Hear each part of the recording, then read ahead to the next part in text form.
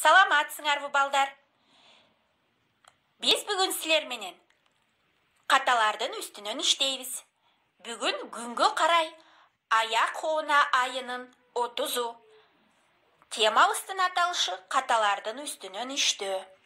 Анда эмесе, балдар, жат жазуу дептериңерди алып, ошол дептериңерге жазасыңар.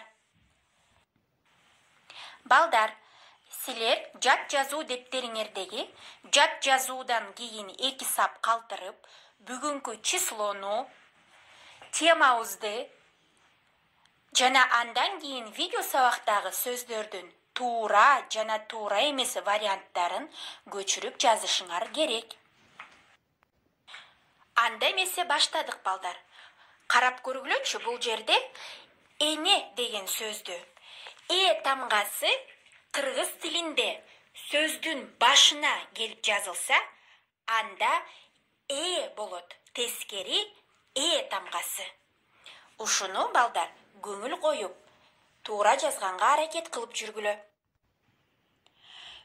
Тамгасы катышкан сөздөрдө, балдар, силер кунт коюп угушуңар керек. Болбосо тамганын ордуна тамгасын жазып алууңар толук мүмкүн. Эми, балдар, карап көрөбүз. Тамгасы катышкан сөздөр. Мисалы, үлгүлөрүн.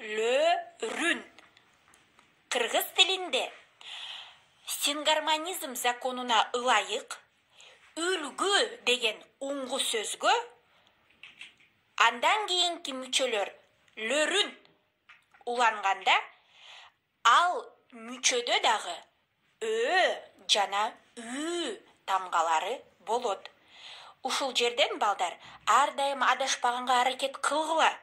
Силер эгерде уңгуда тамгасы болсо, демек мүчөдө дагы жана тамгалары болушу керек. Мына карап көргүлөчү, балдар, кийинки сөздү. Миң деген сөзүн көп адамдар, көп окуучулар жөнөкөй гана тамгасы менен жазып коюшу мүмкүн. Анткени алар куйруктуу тамгасын адаштырып алуулары толук мүмкүн. Ошондуктан бул сөздү укканда, балдар, миң деген сөздү укканда, дароо эле ойлонбой туруп тамгасын жазып жүргүлө. Кийинки сөздү карап көргүлөчү, балдар. Созулма тамгасы катышкан сөз. Деңгээлге. Бул сөздү жазууда, балдар, көпчүлүгүңөр тамгасынан кийин тамгасын жазып коюуңар мүмкүн. Бирок бул сөздүн туура варианты деңгээлге болот. Эми, балдар, бул бетти карап көргүлө. Бул бетте сөздөрдүн туура жана туура эмес варианты жазылган. Буларды кунт коюп окуп чыгып, дептериңерге көчүрүп жазгыла. Ушуну менен, балдар, биз силер менен каталардын үстүндө иштедик. Саламатта калгыла.